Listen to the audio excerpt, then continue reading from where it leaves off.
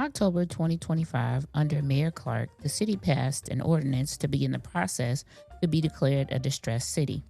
With the unexpected passing of Mayor Clark, Shirley Dwinski, former alderperson of the First Ward, was sworn in on February the 23rd, 2026 as acting mayor. According to a Chicago Tribune article, Shirley is quoted as saying she had no knowledge a letter had been sent to the village regarding a decision. You will listen to a March 18th ward meeting, which happened before the Chicago Tribune article was published. Ask yourself, what should you expect from your elected and even appointed officials? If transparency is the basic level, should truth be ranked higher? Should the community have been kept more in the loop? Should a closer look be taken at finances and ways to boost the city's bleeding economy?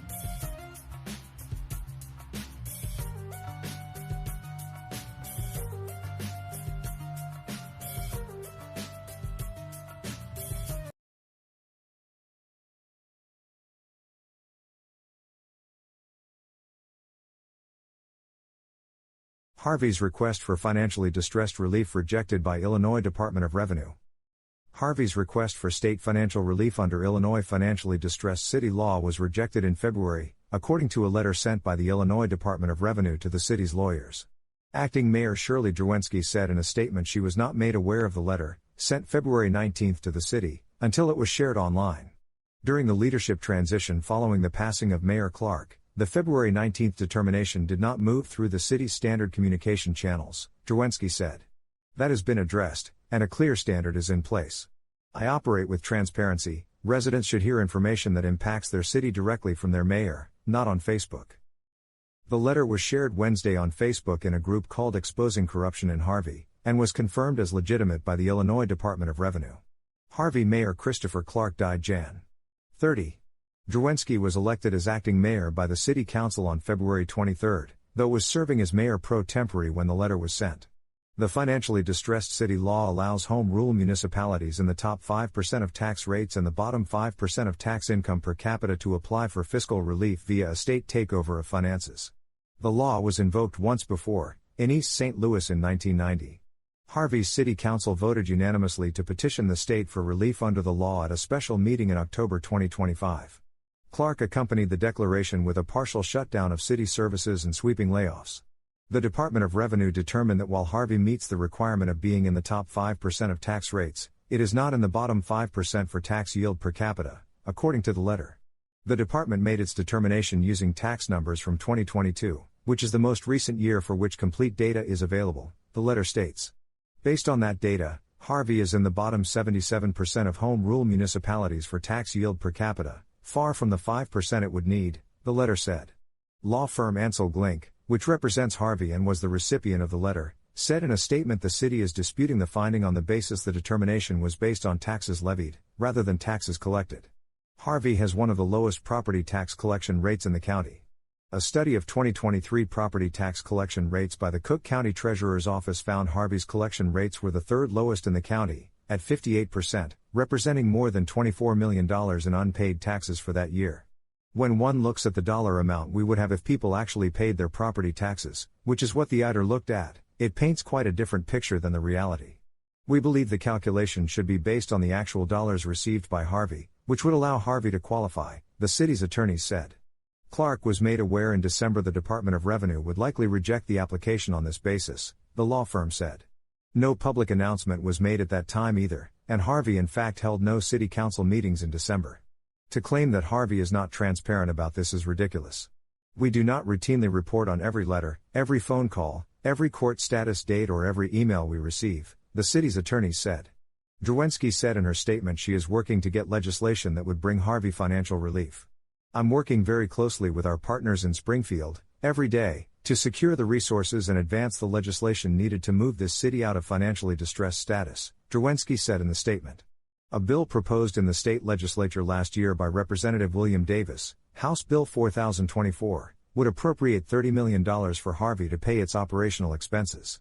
The bill was referred to an appropriations committee in February. Clark gave a lengthy presentation at the October meeting where the application for financially distressed status was approved, highlighting scandals of the previous administration under former Mayor Eric Kellogg, which he said had placed the city in an unsalvageable amount of debt. "We've been riding on heat for quite some time, and you know how you get when you're riding on heat, and you're trying to figure out, okay, am I finally on fumes? Or when is the car going to just stop?" Clark said at the meeting. Clark was accused of lacking transparency regarding the city's distressed finances, with some critics calling for his resignation.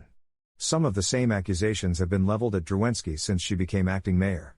The city announced Wednesday it updated City Hall's hours back to the standard 9 a.m. to 5 p.m. Monday through Friday. Under Clark's partial city shutdown, hours were reduced to 9 a.m. to noon. Lewis at ChicagoTribune.com.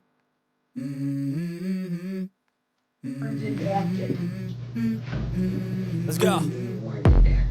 I wake up to a little bit of drool on my pillow, feel like it's gonna be a bad day. Yeah, I'm tired of shit, and the coffee ain't hit yet, damn, ain't that great. I don't wanna go to work, cause my boss is a jerk, and I'm not even that paid. I need a change in my life, cause I don't feel alive, and there's nothing that makes me happy. Hold my beer for a minute, I'm about to quit my job, cash in for a ticket. I'm going on a trip, and I don't plan to visit. I'm gonna stay there till I feel like I'm winning all. And this is just the beginning, I need a big change, help me feel like living. I need a big swing, home runs I'm hitting, and I'll never look back, moving on till I get it all. And we all got dreams. You believe that? We don't love. We all want things. We are. But what you gonna do for it? How you gonna move for it? What you gonna be? And do you believe you can do anything? And what you gonna do for it? How you gonna move for it? What you gonna be? I think it's at 87. I think we're at 60, maybe 61%. Plus taking that 35%. But the state said we don't love. But guess what? There's no written qualification. Yeah, this is my life, my strife, my right to fight, to die on. And this is my game to play, to claim a brand new name, oh. And I ain't gonna lie to you, I'm a bit nervous that I might screw everything up that I've ever done. But what's the point of living if you ain't having fun? I guess I'll try this, try that, might miss, gotta find what I'm good at. I guess I look here, look there, over where am I scared, where am I at?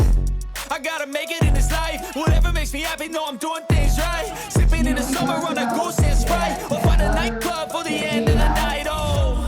And we all got dreams.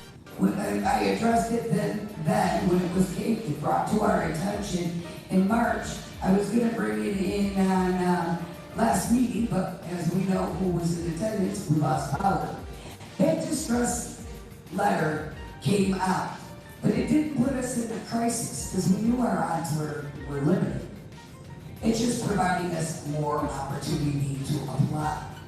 A distressed city, nobody, especially the state, and I will publicly say that, wants any city to become distressed because they do not have the funds to take over. But this brought our city attention.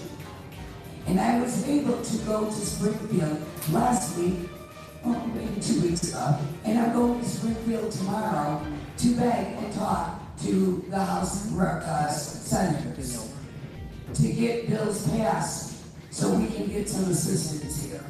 In addition to that, we're going to invite all the elected officials mid-May to the city of Harvey for a tour. Because my presentation was live as a resident of Harvey. What does it take? Yes, we have potholes. If we're lucky enough to go through a drive-through, have our driveway, we're going to get hit with the potholes. The youth, I think that's wonderful. The youth is getting involved. You know, I don't know what happened here, but maybe... There has been no clear attempt to steer the administration in a more cohesive direction because yet again, the public has not been made aware of the village administrator vacancy, nor the director of the water department vacancy, or that an assistant building director was hired with no posting. While potholes are being filled in some areas and buildings are being torn down, no real information is filtering to the public currently.